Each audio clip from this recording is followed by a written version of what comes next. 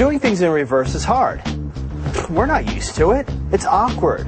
I mean, nobody goes around doing everything in reverse. I mean, sure, yeah, we've all played around with walking backwards when we were kids. You go a few feet, you run into something, you fall down, everybody laughs. But it's not the same thing when you're in a car. You go a few feet, you'll crash into something. You'll damage your car. Nobody laughs. That's why it is so important to learn how to properly drive your car in reverse and to practice it over and over and over again. Hello, Colleen. Hi. So, are you ready to grab that steering wheel, hit the gas, and drive off into the horizon? Definitely. Great. Horizon's that way. What are you talking about? Reverse. Today we're working on the whole driving backwards thing. Didn't you hear me monologuing out there? I was listening to the radio. Of course you were. Well, anyway, we're going to be practicing how to drive in reverse. It's pretty important, because you're going to need it for things like backing out of parking spaces and three-point turns. What's a three-point turn? We haven't covered that yet. Don't jump ahead. For now, just concentrate on getting the car to go that way. In most cars, reverse is your strongest gear, so you're going to want to use a light touch. This is no place for lead foots. Go slowly with your reverse. And if you're unaware of the reverse gear in the car you're driving, go even slower. Okay. Now, the first thing to remember with driving in reverse is to remember those space management techniques. Make sure that everything around your car is clear. Pay special attention to your left and your right mirrors. Check behind you. And make sure that it's clear on the sidewalk. Make sure there's no children or pedestrians that are going to walk out behind you. Hello! Not what the mirrors are for. Sorry. When you're going in reverse, even for a few feet, the mirrors are not going to be good enough. You're going to need to actually turn around and look. So what a lot of drivers do is they take their right hand off the steering wheel, brace themselves against the back of the passenger seat while they maneuver with their left hand. That way you can get your head around and look over your right shoulder while you steer with your left. Go ahead and give it a try. Okay. And make sure that you can see straight behind you. Look clear? Yep. Good. Bring your right hand back. We're going to shift into reverse. But before you do that, make sure you got your foot pressed firmly on the brake where your car could suddenly jerk back. Okay. Now, because the reverse gear is so much stronger than your normal driving gears, you're not going to want to use the gas pedal. Instead, you're going to ride the brake and use that to control the vehicle. By slowly releasing the pressure of your foot on the brake, you can regulate how fast your car is going in reverse. Go ahead. Give it a try. Okay.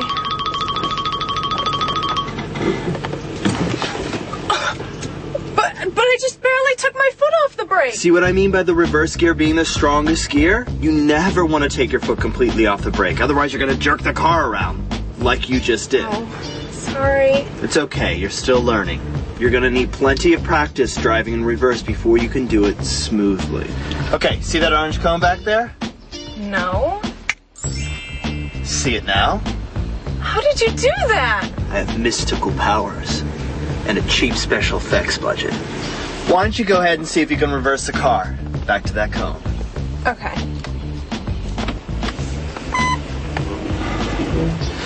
Not too bad. How do you think you did? Well, I stopped right next to the cone, like you said. Let's get out of the car and take a look. But I thought I stopped right next to it. It can be pretty difficult judging distances when you're driving in reverse. That's why you're going to need plenty of practice.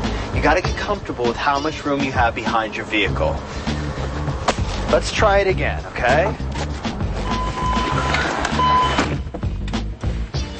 Think you got a better idea of where to stop now? Okay, give it a try. Okay. Mirrors, over the shoulder, brake, and shift.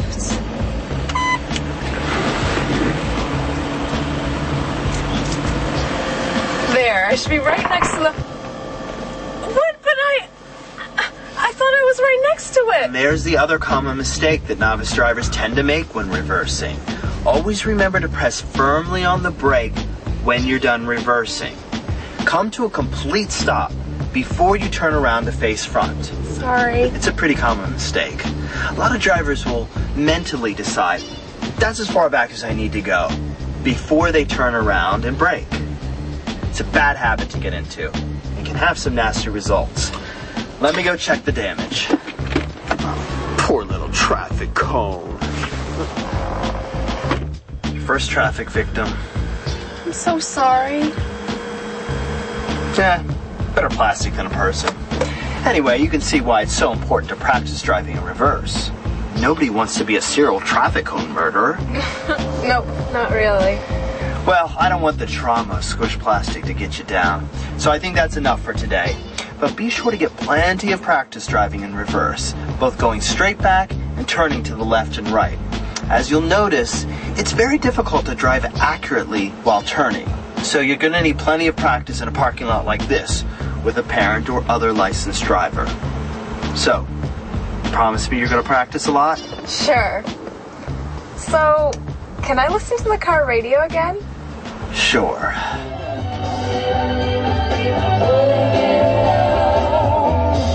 I wouldn't mind that if I knew you really